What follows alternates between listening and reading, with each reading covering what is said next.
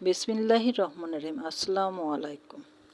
আজকে আমরা রান্না করব খুলনা দক্ষিণ অঞ্চলের দুধ লাউয়ের ক্ষীর। আসুন উপকরণ সমূহ স্ক্রিনে দেখে নিই। আমার মা এভাবেই রান্না করতেন, আমিও তার মতোই চেষ্টা করছি রান্না করার। আমাদের খুলনা অঞ্চলে এই খাবারটা খুব জনপ্রিয়। সাধারণ চালের ক্ষীরের চেয়ে এটা আরও সুস্বাদু লাগে। এবার লাউটা কিছুটা সিদ্ধ করে নিই। এবার ভিজিয়ে রাখা আতপ চাল হালকা গুঁড়ো করে নিই।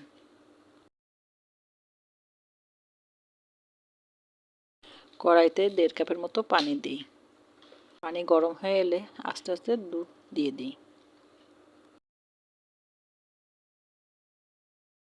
যদি আমার রান্না আপনাদের কাছে ভালো লেগে থাকে, ভাই ও বোনেরা আপনারা আমাকে সাপোর্ট করবেন, আমি যেন আপনাদের সাপোর্টে এগিয়ে যেতে পারি।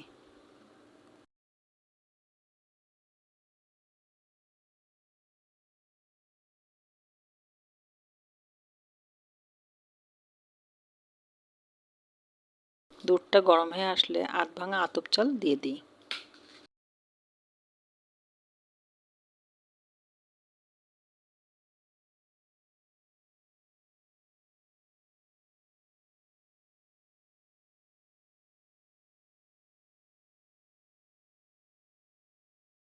স্বাদ বাড়ানোর জন্য সামান্য পরিমাণে একটু লবণ দিই।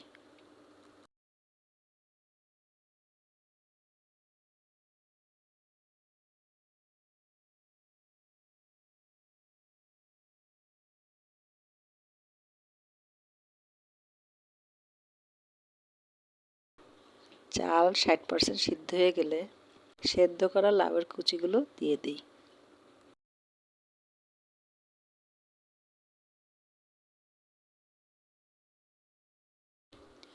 গরম মশলা দিয়ে দিই।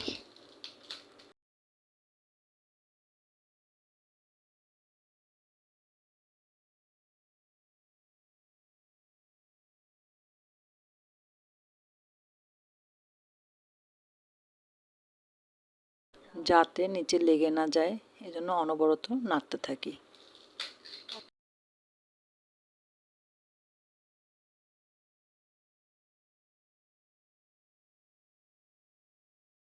কিশমিশ বাদাম এগুলো এবার দিয়ে দিই।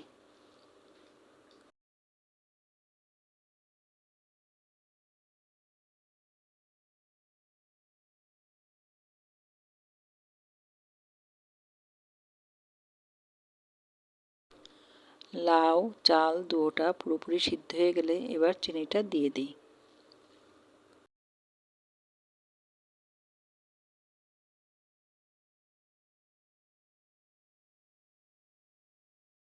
এবারও অনবরত নাড়তে থাকতে হবে, নাহলে নিচে লেগে যাবে।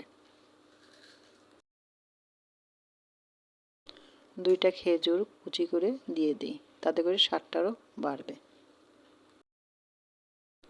এভাবে অনবরত নাড়তে থাকতে হবে।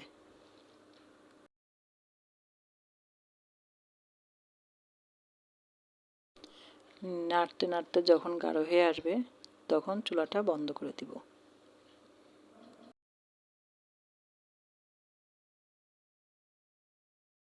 হয়ে গেল খুলনা দক্ষিণ অঞ্চলের দুধ লাউয়ের ক্ষীর। এভাবে রান্না করে দেখবেন, খেতে খুব সুস্বাদু লাগে। আজকে এ পর্যন্তই, সামনে নতুন রান্না নিয়ে হাজির হব ইনশাআল্লাহ। লাইক কমেন্ট সাবস্ক্রাইব করে পাশে থাকবেন। আল্লাহ হাফেজ। আসসালামু আলাইকুম।